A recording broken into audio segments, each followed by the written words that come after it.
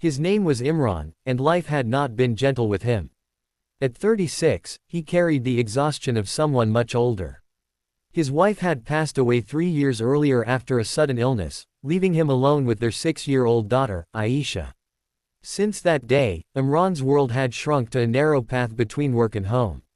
He worked as a maintenance assistant at a mid-sized corporate office building, a job that paid just enough to keep the lights on and food on the table.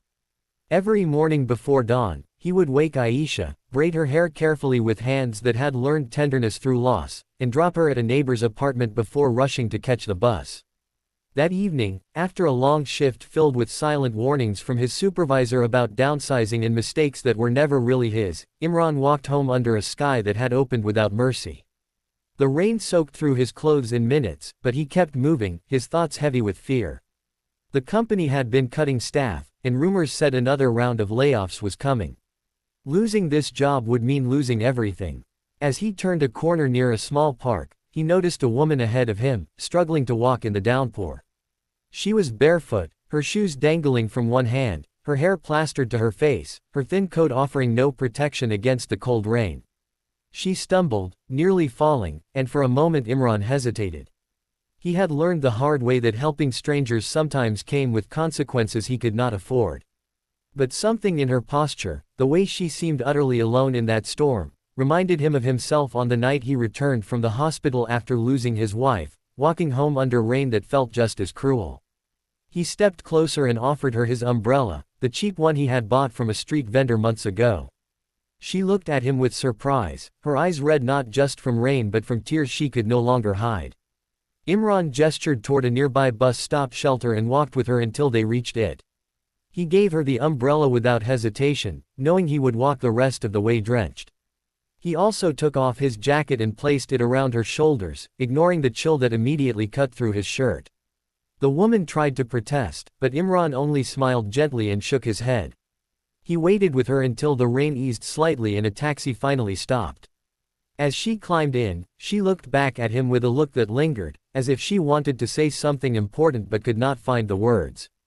The taxi drove away, leaving Imran standing alone again under the rain, colder than before but strangely lighter inside. He did not know her name, her story, or why she had been walking alone in such a storm. He only knew that, for a brief moment, he had done something that felt right. When he reached home, soaked and shivering, Aisha ran to him, worried, her small hands touching his wet clothes. Imran assured her everything was fine, though his body trembled from the cold. That night, as he lay awake listening to the rain against the window, he wondered if kindness even mattered in a world that seemed determined to take everything away. He fell asleep with that question heavy on his chest. The next morning came too fast. Imran woke before his alarm, a knot of anxiety tightening in his stomach. He dressed quickly, prepared breakfast, and walked Aisha to the neighbor's door.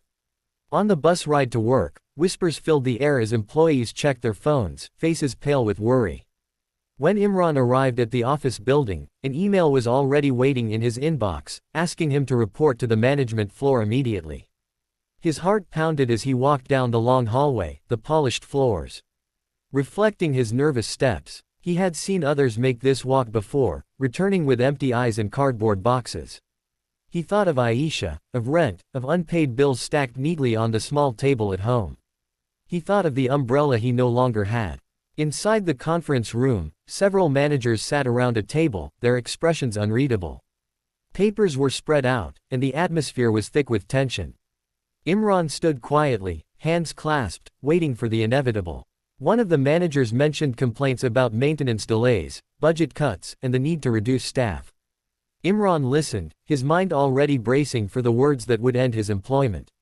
Then something unexpected happened. The door opened, and a woman walked in, confident and composed, her hair neatly styled, her clothes elegant and professional. She looked around the room, then her eyes landed on Imran.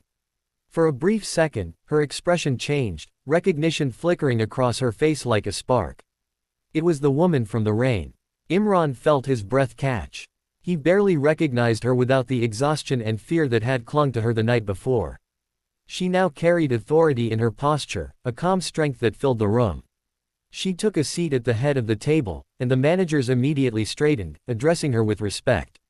She was not just another employee. She was a senior consultant, brought in by the company's board to evaluate operations and recommend changes. As the meeting continued, she listened silently, her gaze occasionally drifting back to Imran. When it was her turn to speak, she did not start with numbers or reports. Instead, she talked about values, about how companies often forget the people who keep everything running quietly in the background. She spoke about integrity, about character revealed not in comfort but in moments of hardship. Then she shared a story. She described being stranded in a storm the previous night, overwhelmed by personal loss and stress, questioning her own worth and direction. She spoke of a stranger who had nothing to gain, who gave her his umbrella and jacket, who stood in the rain so she could be safe. She did not mention Imran's name, but every eye in the room slowly turned toward him. She explained that she had come to this company not just to cut costs, but to understand its culture. And she said that if this organization could not recognize and protect people like that man, then it had already lost something far more valuable than money. Silence filled the room, heavy and profound. The managers shifted uncomfortably. One by one, the tone of the meeting changed. Instead of discussing termination, they began talking about restructuring roles, improving conditions, and retaining employees who demonstrated responsibility and heart. Imran stood there, stunned, barely able to process what was happening. By the end of the meeting, the decision was clear.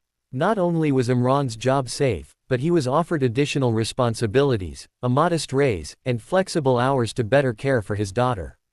The woman approached him afterward, her voice softer now, thanking him for reminding her that kindness still existed when she needed it most. She told him that night had changed her, just as much as it was now changing him. Imran left the building that day walking taller than he had in years. The sun had broken through the clouds, the city washed clean from the storm. He bought a small cake on his way home, something sweet to celebrate with Aisha. When he told her the good news, her smile lit up the room, and in that moment, all the nights of worry felt a little lighter. But the true change was not just in his job or his income. It was in his heart. Imran realized that kindness was not a weakness or a luxury reserved for those with plenty. It was a strength, a quiet power that could circle back in ways no one could predict. The umbrella he gave away in the rain had sheltered him in a different storm altogether. In the days that followed, Imran noticed subtle shifts around him. Coworkers treated him with more respect. Management listened more carefully. Even strangers on the street seemed less distant. And each evening, when he walked home with Aisha, hand in hand, he felt something he had not felt since his wife passed away. Hope. If this story is touching your heart so far, please pause for a moment and type a comment saying, "Kindness returns," before the ending. Your words help spread this message to more people who need it. Life did not suddenly become perfect. There were still bills to pay, mornings filled with fatigue, and memories that sometimes brought tears. But Imran no longer felt invisible. He understood that even when the world feels cold and unfair, a single act of compassion can ripple through lives in unseen ways. On another rainy evening weeks later, Imran and Aisha stood by the window watching the drops race down the glass. Aisha asked why he always helped people, even when he was tired. Imran smiled and told her that helping others was how you help yourself survive the hard days. He tucked her into bed that night with a sense of peace that had been absent for too long. Somewhere else in the city, the woman he had helped continued her work, carrying with her the memory of a stranger who reminded her why she chose her path in the first place.